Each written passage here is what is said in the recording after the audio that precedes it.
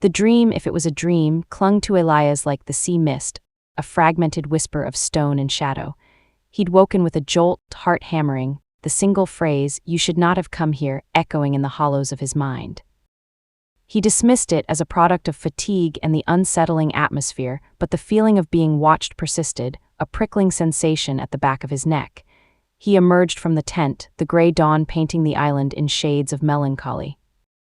The structure loomed before him, a silent sentinel against the turbulent sky.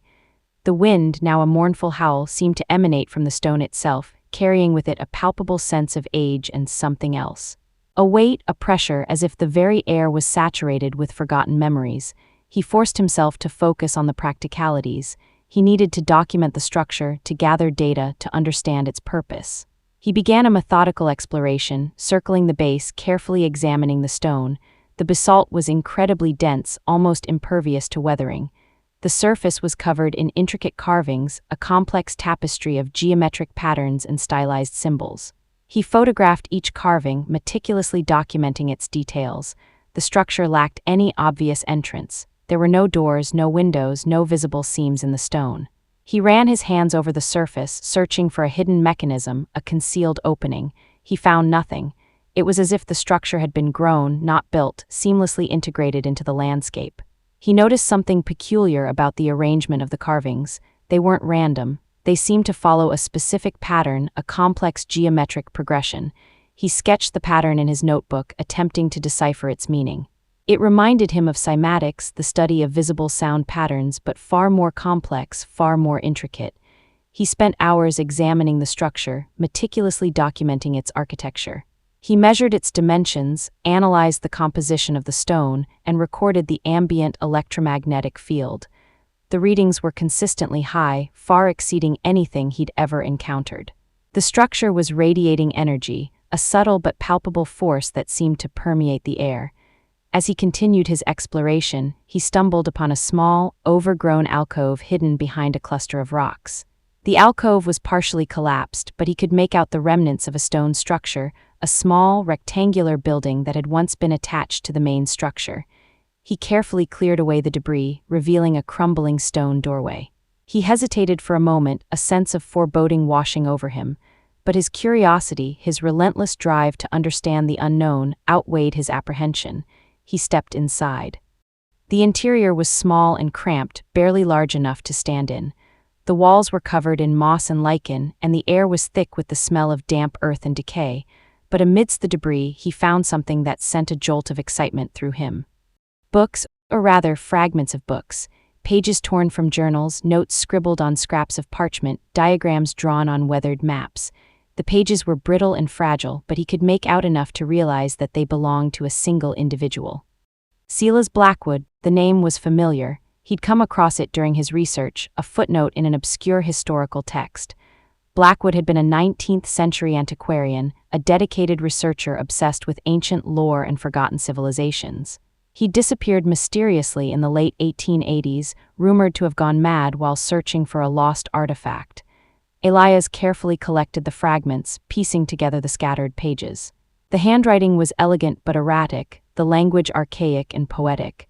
Blackwood's journals detailed his arrival on Aethel's tier, his fascination with the structure, and his increasingly obsessive attempts to unlock its secrets.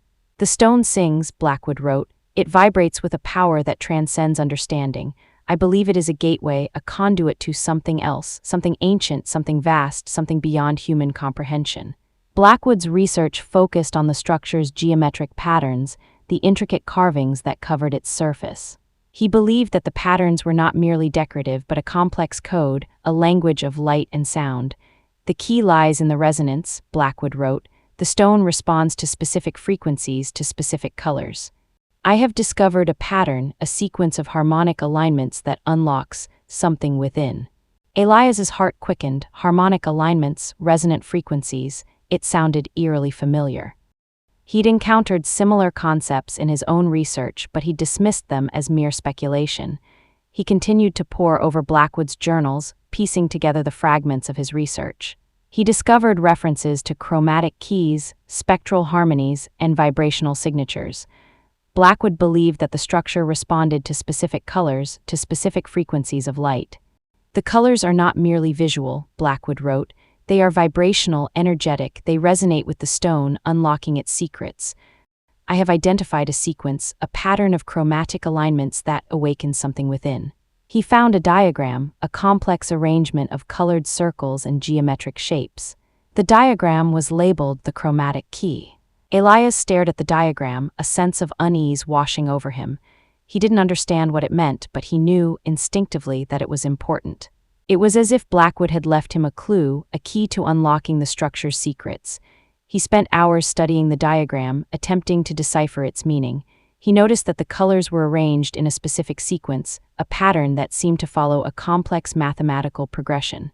He tried to correlate the colors with the geometric shapes, searching for a hidden connection. He found nothing. He was about to give up when he noticed something peculiar about the diagram. The colors weren't just arranged in a sequence. They were arranged in a spiral, a swirling vortex of light and energy.